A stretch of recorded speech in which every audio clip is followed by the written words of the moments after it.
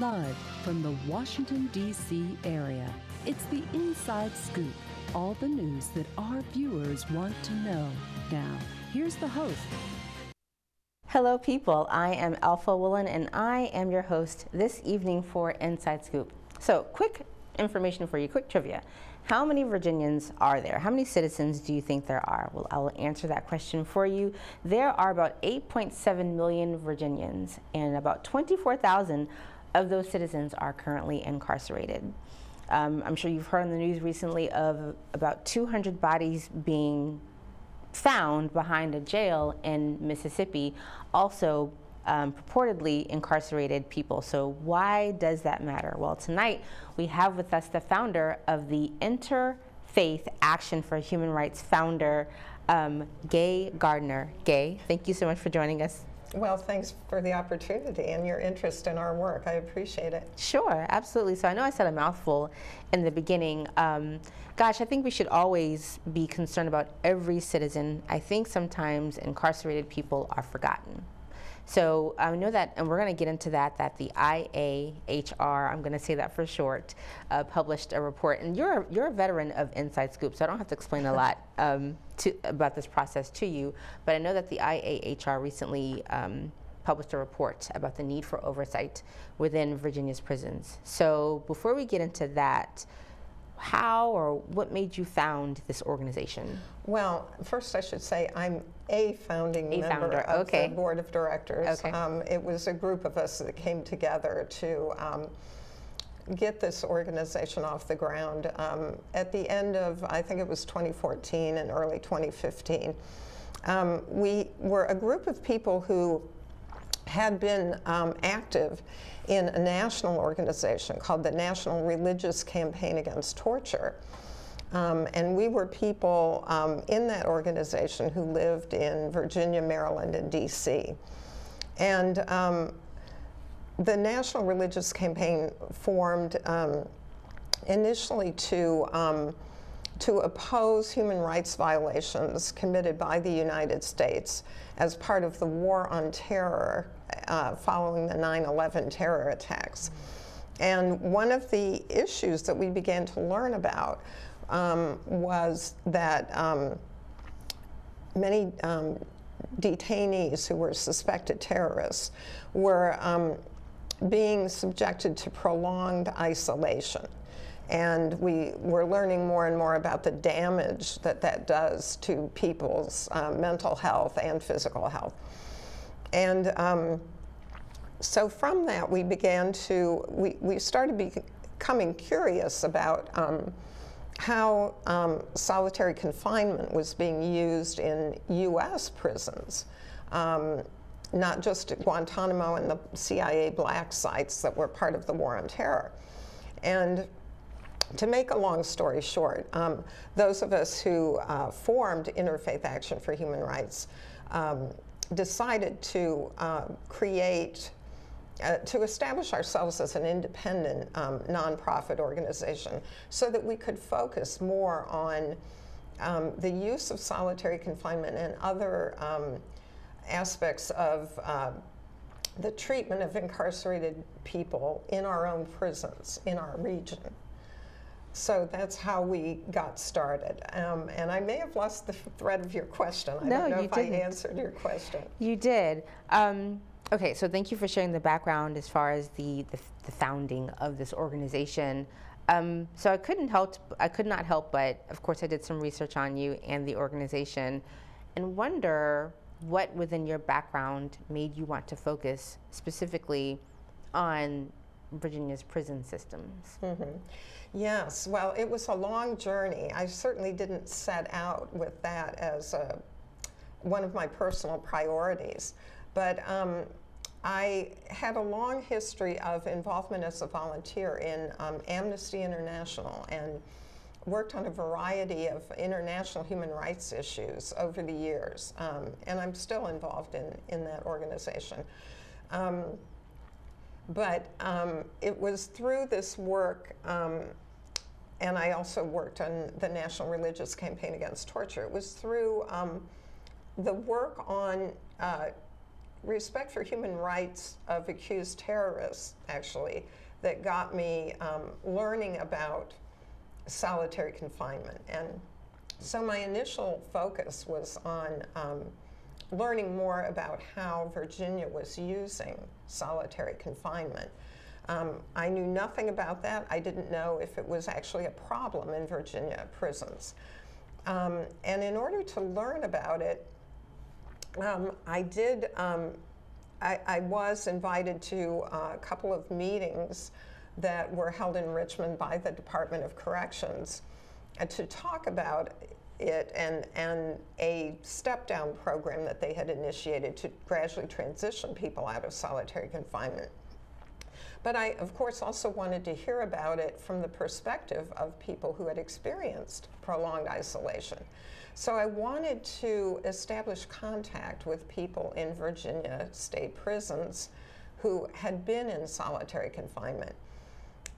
It was very difficult to get that started because I didn't know anyone in the prison system. But eventually, I can explain more about that if you like, but eventually I was able to contact a few men who were incarcerated in the maximum security prisons down in the far southwest corner of Virginia, Red Onion State Prison and Wallens Ridge State Prison.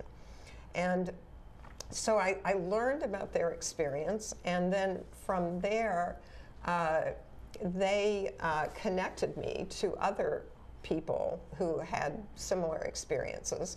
And so I began corresponding with people in these prisons, and it just gradually grew and grew and grew to the point where I couldn't manage it by myself any longer. And I was joined eventually by my wonderful colleague, Linda Gustitis, who's been a great help with this work.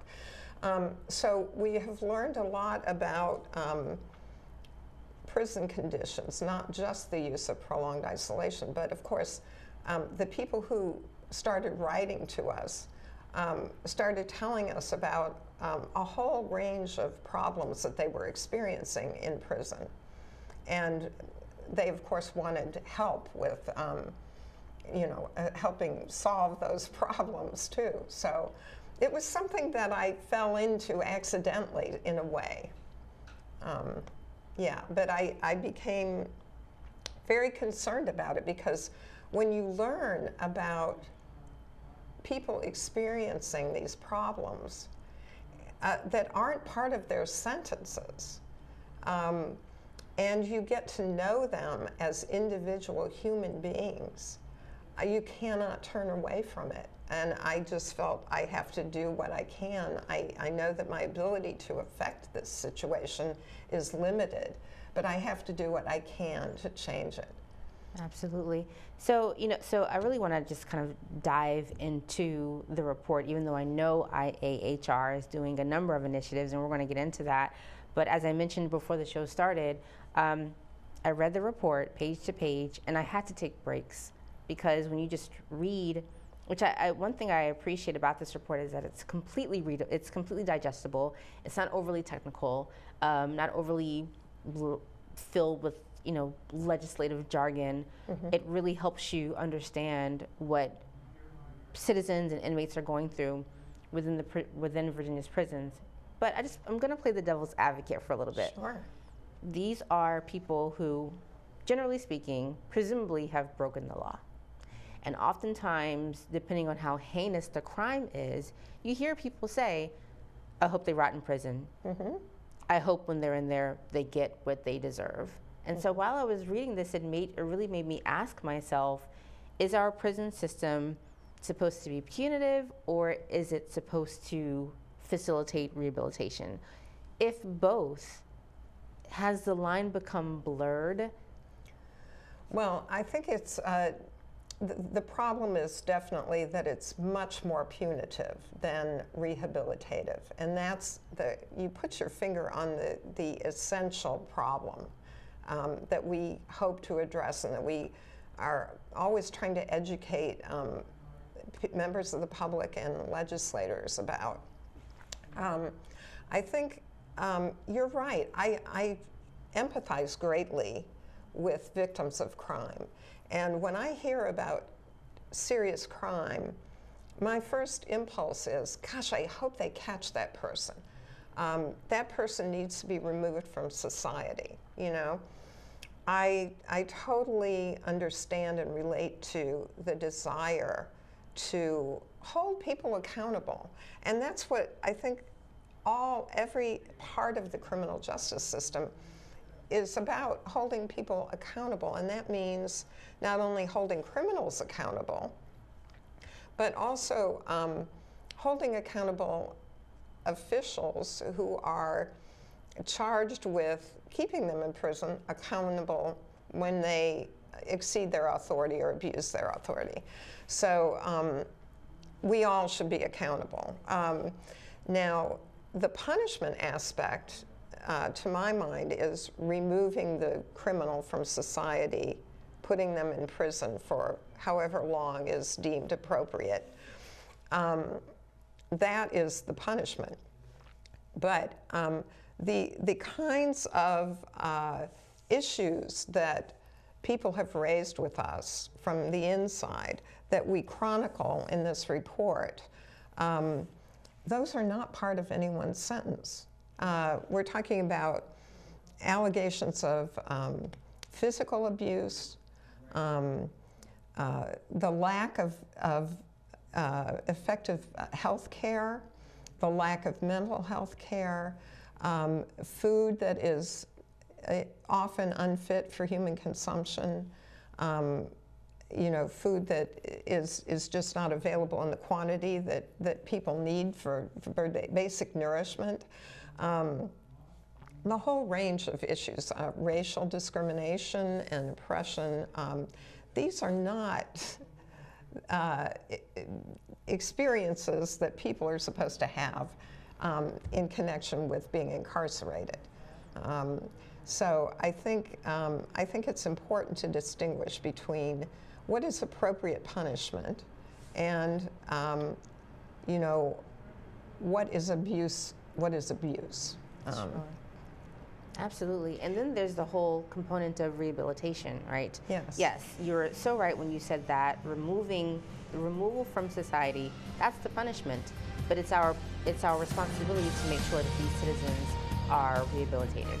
Right. Please make sure you don't go anywhere as we continue our conversation with Jay Gardner of IAHR, the Interfaith Action for Human Rights. We'll continue our conversation right after these messages. Stay right there.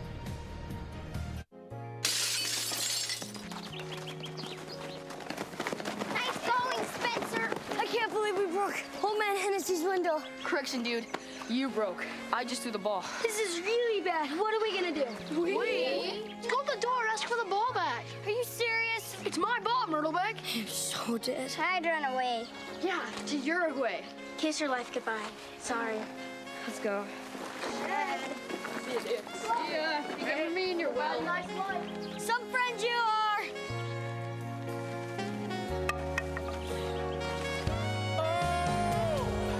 Keep smiling, keep shining. Hi. Hi. Tell him it was an accident. And we can fix the window. Come on. I'll come with you. Loyalty. Pass it on. You go first. A message from the Foundation for a Better Life. One day these rats were playing in the woods. Well, it's a matches and that's no good. Listen to smoke before you give it a try. Only you. Don't play with matches. Don't play with fire. Cause there's nothing very funny about rigged up life. Nothing very nice on a homeless mind. So if a gorgeous force is what you desire, don't play with matches. Don't play with fire. Yeah. Only you can prevent wildfires. Fire.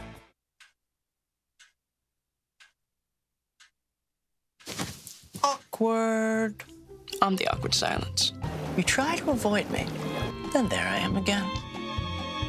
But an awkward silence can be a great thing. Like Kelly here is about to demonstrate. You haven't really been yourself lately. Are you okay? Find out how you can help a friend with their mental health at seizetheawkward.org. we're back to the Inside Scoop. Here again, your host. And we're back on Inside Scoop. My special guest is Gay Gardner of Interfaith Action for Human Rights. So Gay, when we stopped our conversation in the previous segment, we were talking about the question of whether or not, how should an inmate be treated? And how should someone pay their debt to society?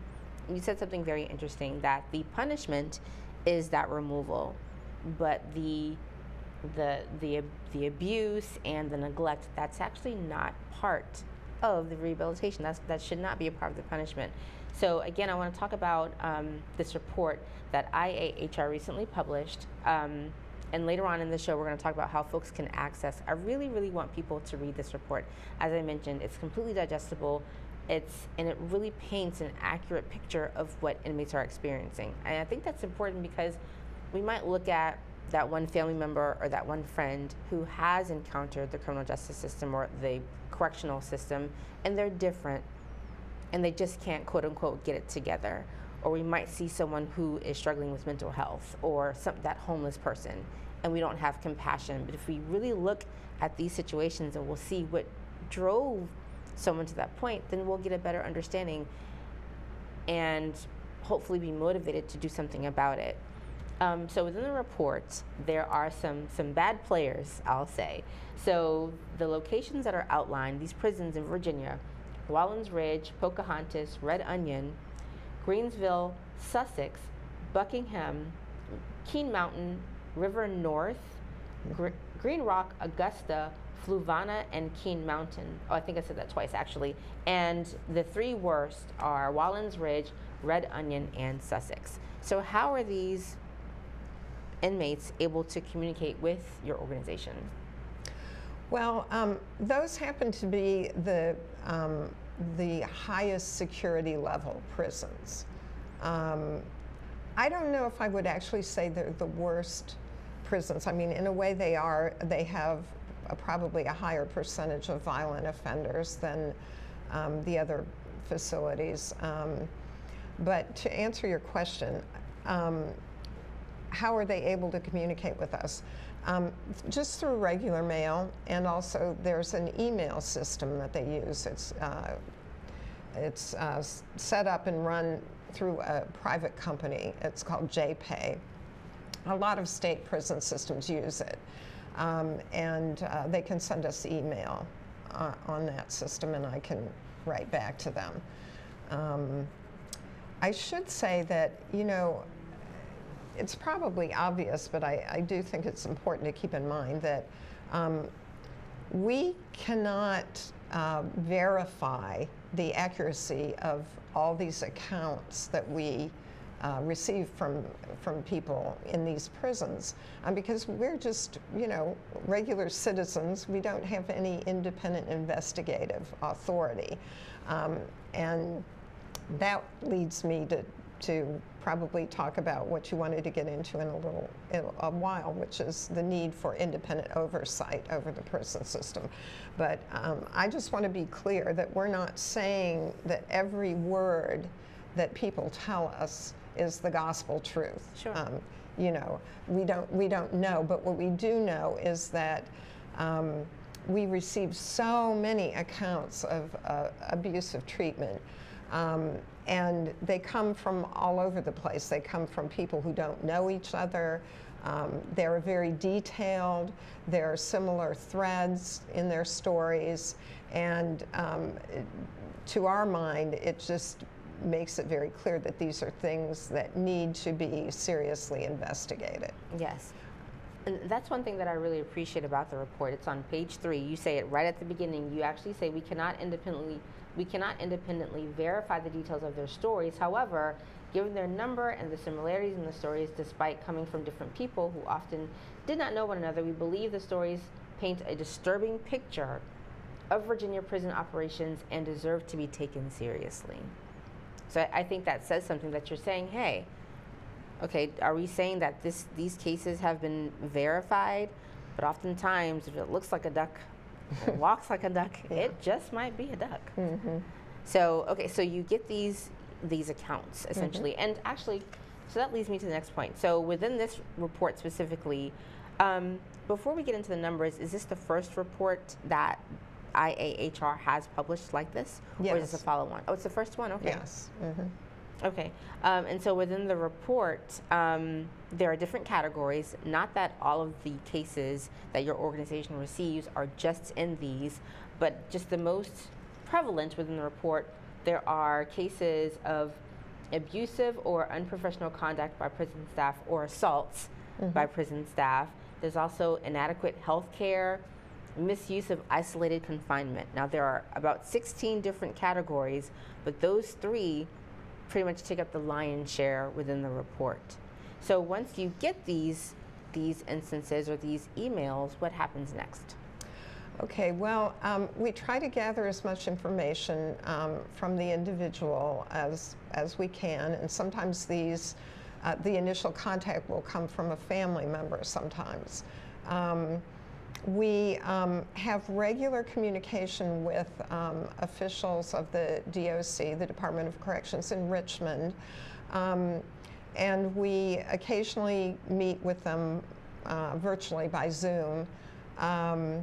And we really do value those contacts. They spend quite a bit of time responding to our inquiries about individuals. The responses we get back are not always, satisfactory. And sometimes, as we say in the report, all too often we're left with divergent versions of an incident and that can't be resolved. And that again points to the need for independent, a body with independent investigatory authority. But we often will take the complaint to the Department of Corrections and see if we can get a resolution. Sometimes we can, but certainly not always. One of the areas where we're sometimes able to help is medical issues. Many of these people will give us a privacy waiver so that we can talk to the Department of Corrections about their specific medical issues. And sometimes we're able to make some progress on those. So we do appreciate the contacts that we have with the Department of Corrections, but ultimately there are just too many issues that remain unresolved. What do you think the cost is to Virginians for the mistreatment or the lack of treatment for inmates in our correctional facilities? Well, that's an excellent question. I don't have an answer to that, but certainly there's a cost to them and to the taxpayers of Virginia for litigation that is filed by prisoners based on what they experience. One of the areas that we address in the report has to do with the use of canines in prisons. That's a great concern to us, and there is legislation currently pending in the legislature to address that. But Virginia is a real outlier in the way it uses canines in prisons. There are only 8 states that we know of that use dogs to maintain order in prisons. And Virginia is one of them, and Virginia has far, far more cases of serious dog bites than any other state. More than 200 were reported in a 5-year period as compared to, I think Massachusetts had 3. And sometimes these canines actually end up biting their handlers. But we've had many instances where dogs are brought in, and the accounts that we receive indicate that the dogs are brought in often after a fight between 2 two people, for instance, has been resolved. Or, you know, there have been incidences where the dogs have been set on a person who was actually unconscious. And they result in very serious injuries, permanent disabilities in some cases. And there has been litigation over some of those cases. And so that's costly, of course. And that doesn't even account for the perhaps less tangible cost of having people return to their communities after spending time in prison and being in poor health, largely because of their prison experience, and drawing on social services and healthcare services in the community instead of being able to fully contribute to society because they've been rehabilitated. I want to go back to something that you said earlier when I was naming these locations and the locations that have the largest number of complaints listed within the report. You said that they weren't the worst. Did you mean that they weren't the worst in Virginia, or? Well, I don't really like to get into ranking the prisons in terms of, you know, who has the most cases of abusive treatment, for example, because we don't have a, you know, a comprehensive tally of the number of cases of, you know, dog bites or, you know, alleged assaults or you name it.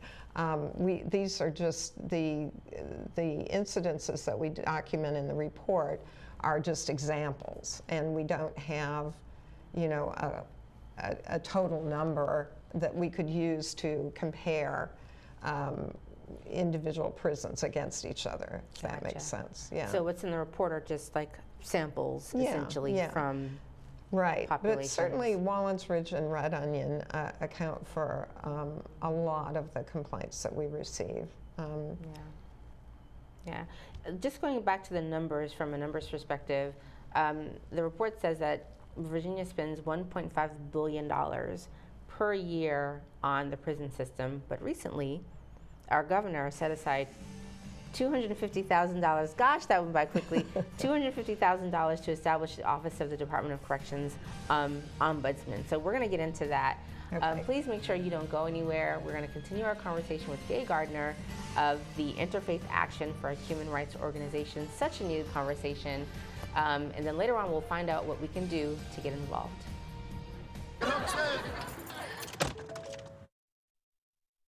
Yeah. Hoping for a crisp breeze to help keep you alert. Oh, he took a sip of water too. That'll probably help. You were probably gonna turn down the radio too, so you could focus, right? Probably okay isn't okay. Right? If you see a warning sign, stop and call a cab, a car, or a friend. I think the water line is what really drove it home. I blew on him.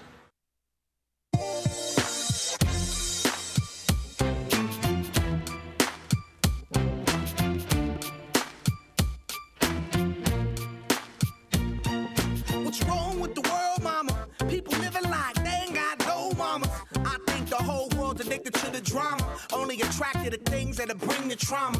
Yeah, madness is what you demonstrate, and that's exactly how anger works and operates. Man, you gotta have love just to set it straight. Take control of your mind and meditate. Let your soul gravitate to the love, y'all. People killing, people dying, children hurt and you hear them crying. When you practice what you preach, what you turn the other Ma'am, you forgot your purse. Oh, you don't know how worried I was. Thank you very much. Hey. Honesty. Pass it on. Nice move, kid. Donut? A message from the Foundation for a Better Life. When I was your age, I was just like you, fascinated by stars.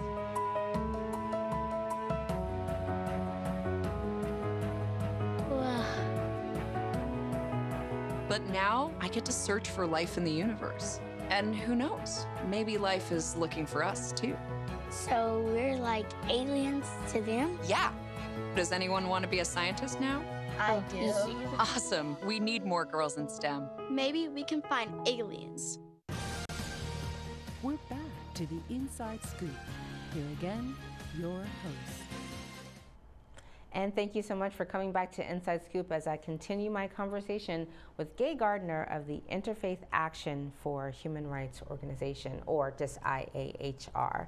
So when we left off the last segment, we were talking about the Office of the Ombudsman, funds that were set aside by the governor for this office. We talked about how Virginia spends $1.5 billion yearly on our prison system, but just $250K were set aside for this office. Talk about that discrepancy there and why that's probably not going to be sufficient.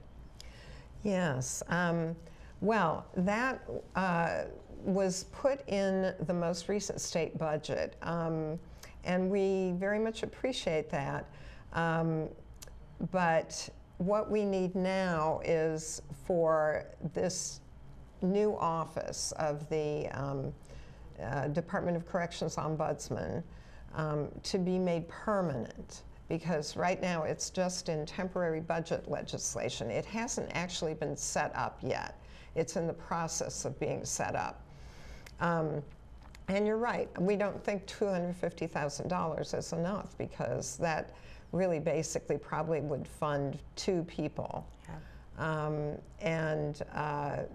We definitely need more than that. But our concern this year is to get HB 555, which is the bill in the House of Delegates that would codify, in other words, place this office within the Code of Virginia so that it would be permanently authorized. And there's also a companion bill in the Senate. The House sponsors Delegate Patrick Hope of Arlington, and the Senate sponsor is Dave Marsden from right here in Fairfax County. And we very much appreciate their leadership in bringing this legislation. So we're optimistic that, we're hopeful that it will pass the legislature. We definitely are hoping that the governor will sign it. That's not a sure thing as far as we can tell, because there was a hearing last week, I think it was, in the House on this bill and other bills. But there was a representative from the Attorney General's office who came to the hearing to oppose making this office permanent. And his view, his argument was that, in part, that it would encourage more litigation, which frankly didn't make a lot of sense to us, and fortunately to the other legislators who were present in the hearing, because this is the office of Jason Miyares. Yes. Okay. The whole purpose of having an independent ombudsman's office is to solve problems before they become lawsuits. So we think it would decrease litigation. But you know, every agency, every executive agency should be subject to independent oversight. I mean, it's something that is commonplace in the federal government. You know, I was a civil servant before I got into this work, and I spent a lot of my time at work responding to congressional oversight committees. I mean, it is just a basic part of a functioning democracy. And it's not something that the Department of Corrections or the governor should fear. I think that, you know, we're interested in getting to the truth of these complaints, regardless of who turns out to be right. And I think, you know, there are certainly going to be some cases where what the Department of Corrections says happened will turn out to be the truth. And in those cases, they'll be vindicated. So we don't really see why there is anything for anyone to fear from greater transparency, greater accountability to the public. And that's what you get from oversight that is truly independent. There's you said something interesting there. You said it's such a basic part of a democracy. You said, but it says in the, and I want to tie that to something that you said in the report. It's something that's written in the report. It says everyone housed, and this is on page 4, everyone housed in a Virginia prison is at the mercy of prison officials who have the power by accusation to reduce their access to programming, increase their security level, take them out of general population, and reduce their standing for good time.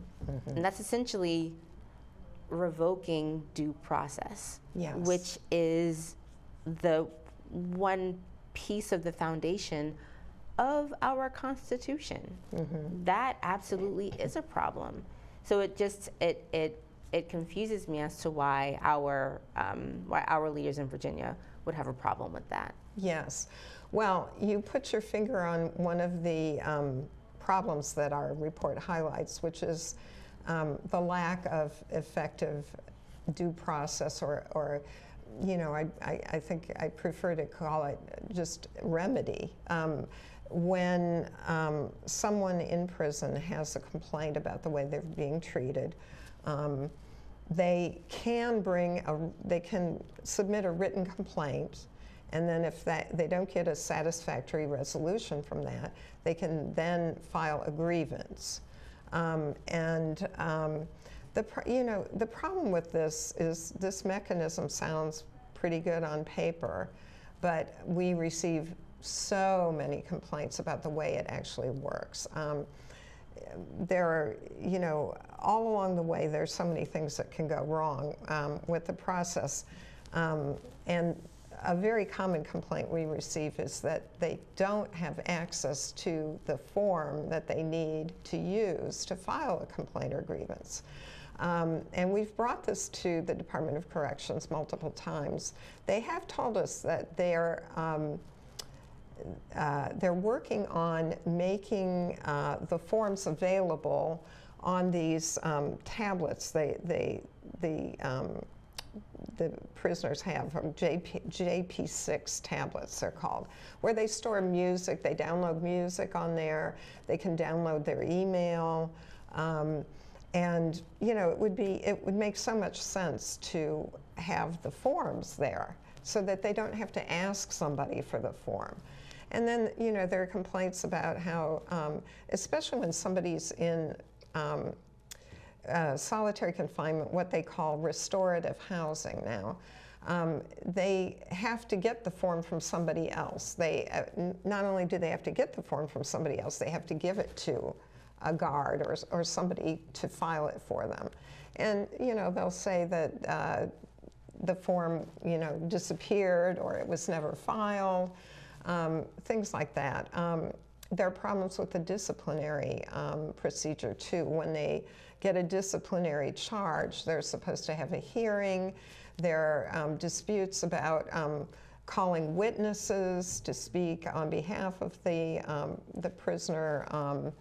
Very often what's in dispute involves video footage on the security cameras. They say that this is getting a bit into the weeds because there are certain kinds of offenses where you can request to have the video reviewed in your disciplinary hearing, but the lower level offenses you can't do that. And very often, even in cases where they're supposed to have access to view the video, it's not allowed for some reason. So these processes that sound good on paper, that are designed to provide some form of remedy or due process or review, don't consistently work well. And then there are instances within the report where if someone does make a complaint, or if they do take note of mistreatment, there's retaliation. Yes. So there is kind of officers or staff kind of covering each other. So then how confident can an inmate be in a system that isn't necessarily built to help them? Right. Yes, that's a very common complaint that we receive, is that they're never believed. We actually had someone tell us in a meeting that prisoners or people in Virginia state prisons didn't need anything resembling full due process because they're criminals. And that to me is, that kind of mindset is a big part of the problem, that people feel they're never believed because they, at some point in the past, committed a crime, and therefore nothing they say is credible. And what really, one thing, because there are a number of things that really bothered me about this entire situation, there are people in prison who are wrongfully accused, which is why we have the Innocence Project, which is why we have exonerate.org. But to think that for 25 years, 30 years, sometimes over 40 years, someone is experiencing, if not witnessing, then experiencing these injustices, and they're innocent. That also is just a terrible symptom of a completely broken system. Yes. And, you know, because we in IHR, we're not lawyers, we can't provide help with people who want to challenge their sentences or challenge their conviction. We, you know, sometimes we refer them to the Innocence Project, which I think is overwhelmed, and they do wonderful, wonderful work. But yes, I mean, that's just tragic. We know that there are people in prison who were falsely convicted because we see reports of exonerations. So yes, that's very tragic. Gosh. So let's talk about the legislation. You did mention that there is legislation in place right now when it comes to solitary confinement, which is considered rehabilitative housing right now. Specifically, what legislation is IAHR working on? Yes, well, I mentioned the oversight bills are extremely important, HB 555, and I believe the Senate bill is SB 456. And assuming that that a version of that passes, the key will be ensuring that it's signed by the governor. There is also a bill that was provided by, introduced by Delegate Holly Siebold to restrict the use of dogs in prison. That's HB 159. Gotcha. Okay, so in our last segment, we are going to finish up with the legislation and then find out what you can do to help IAHR.org. Please don't go anywhere. Every day across America, excess food is gathered by a network of good people at local food banks, giving hope to millions of children who struggle with hunger. They've earned their wings, and you can too. Together, we can solve child hunger. Support Feeding America and your local food bank at feedingamerica.org. Hi, I'm Josh Temple. You might have seen me on TV where I help folks turn their houses into dream homes. But forget construction. Parenting is the toughest job there is. So when you need help or advice, turn to the parenting experts at Boys Town.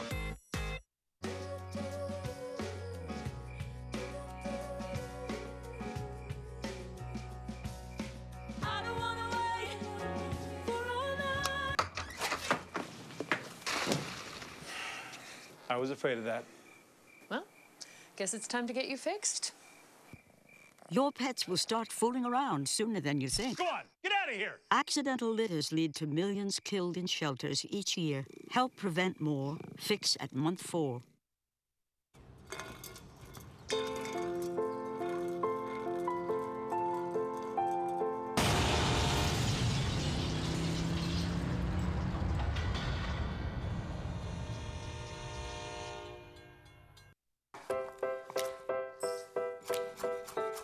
Food. It nourishes, brings us together, and adds flavor to life. That's why it's important to wash hands, surfaces, and fresh produce.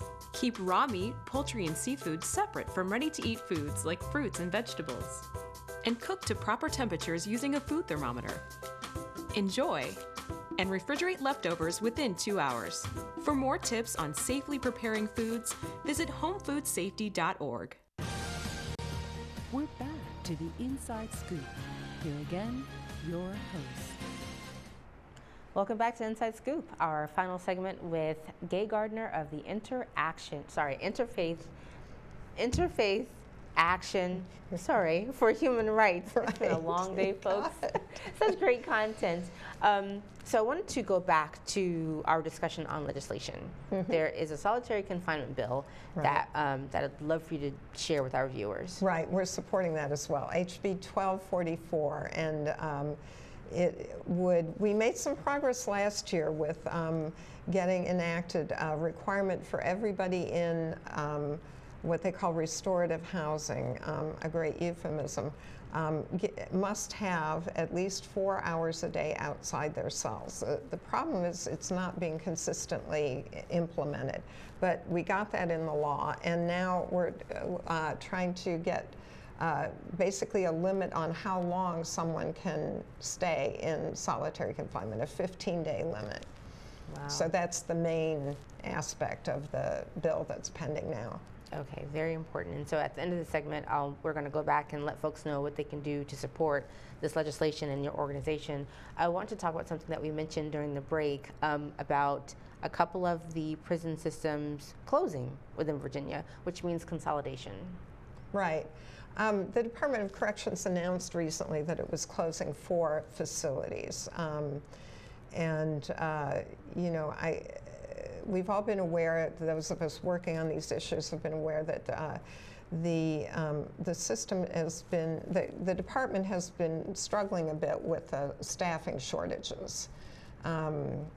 It's a very hard job being a corrections officer, and it doesn't get paid, not compensated nearly as well as it should be.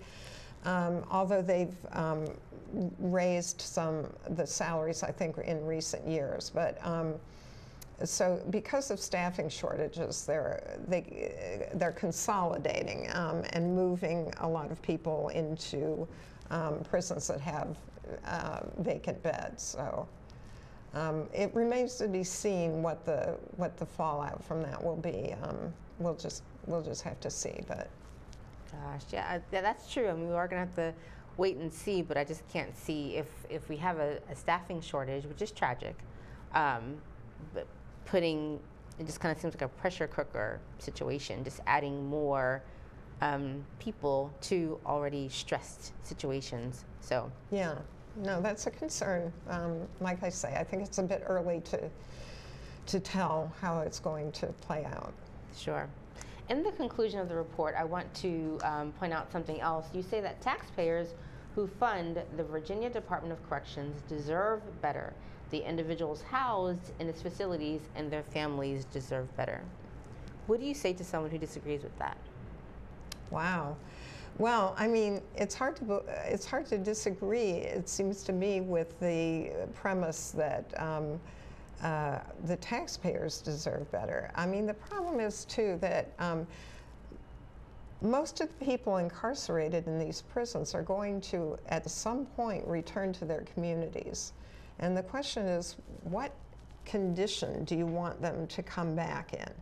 Do you want them to be disabled, because they've received such poor medical care, because they've been held in unhealthy and unsanitary conditions, for example. And I think that's where sometimes it's hard to convince members of the public that they should care about people who are in prison, for reasons that we've talked about here. But these are people that will, by and large, return to their communities. And we need to care about what condition they return in and whether they will be equipped to contribute to their communities. One problem we haven't had time to talk about much, but is so important, is the hunger that so many of the people I've gotten to know in Virginia prisons have for education. Yes. for programming to improve themselves. Very often these people committed crimes when they were very young. 20 years later, 15 years later, 30 years later, they are not the same people. They have much more insight into themselves. They are remorseful. The vast majority of them, I think, fit that description. I just think it's in all of our interests to care about making these facilities more rehabilitative than punitive, so that people can come back to their communities in a way that enables them to contribute. Absolutely. I think, we celebrate stories of people who served their debt, paid their debt to society, rejoined the community, went to school, started a business, created opportunities for other people. But unfortunately, they are not the majority. They defied odds, or perhaps they were in facilities that provided programming, that provided appropriate meals, that provided appropriate protections for their inmates. And I think you hit the nail on the head when you said that, we should care about this. If you are concerned about the homeless, if you are concerned about mental health, if you are concerned about health care, then for our most vulnerable citizens that will indeed, as you mentioned, rejoin our cities and our towns, and you absolutely should invest in those who are incarcerated. So having said that, what can people do to support your organization? Well, I think it's very important for people to be in touch with their state legislators. If you don't know who your state delegate is and who your state senator is, then it's very easy to find out. You can go to, just Google Virginia General Assembly, and the website is user-friendly. You can look up specific bills. You can find out who your legislator is. And these people are mostly very accessible. They want to hear from you. So let them know that you care about how people in prison are treated. Let them know that you want there to be independent oversight over the prison system. And let them know that you care about adequate medical care for people who are incarcerated, as well as people who are not incarcerated. I mean, these are issues that we all need to care about. But I would say the biggest thing you can do, the best thing you can do, is communicate with your state delegate and your state senator. Absolutely. And with a couple of minutes left, what is your website? I said the wrong website at the end of the last segment. So what is the website of your organization? Well, there again, you can just Google Interfaith Action for Human Rights, but the website address is interfaithactionhr.org. Interfaithaction.org, interfaithactionhr.org. And you can find a copy of our report on the website that you can read at your leisure. But please do encourage your legislators to support HB 555 and HB 1244. HB 555 and HB 1244. Yes. Okay, fantastic. And I highly encourage, if you have the opportunity, so I printed out the report because I'm that person. They call it the red report. It's about, 40, almost a little bit less than 50 pages, completely readable, completely digestible, not overly technical, but it really draws an accurate picture of what inmates are experiencing. And these are recent events. We have cases from 2023, 2022. This is happening right now. So if you need to build your own case as to why this is important, you need to read this report. And we try as much as possible to highlight these stories in the individual's own words, which I think is powerful. Absolutely, it's good to have someone's specific narrative. So, okay, so everyone knows my favorite part of the show is either or, especially after we've talked about something that's so heavy. I like to give people an opportunity to see that we're not talking heads. We are people. We have thoughts and we have likes and dislikes. So this is your opportunity for, as I mentioned, you're a veteran of Inside Scoop. You've been on here before. So just for folks to see, who is Gay Gardner? So I'm just going to ask a couple of questions. And you can feel free to give a bit of an anecdote for each one. Oh, so gosh. First question, coffee or tea? Yeah, well, I like both, but I drink much more coffee than tea. Yeah. Same. Do you have a particular brand that you go with, or? Oh, you know, my husband got into buying some German coffee. I think when we, through the mail during the pandemic, we started doing that, and it's very good, but I can't remember the name of it.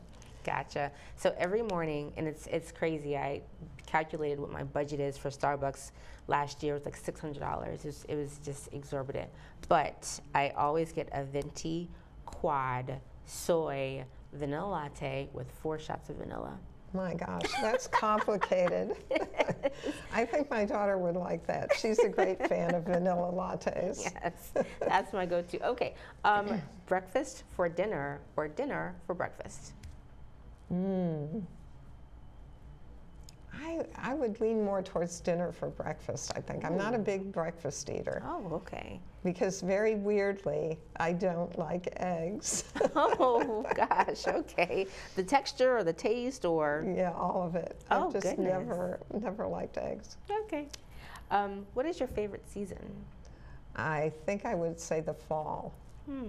Why? I like the fall because of the change in the air, the crispness and coolness of the air. It's always such a relief after a long, hot summer.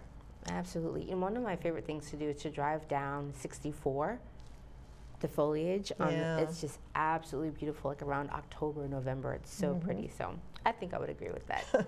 Okay. Let's see. Would you plant fresh flowers or plant fresh vegetables?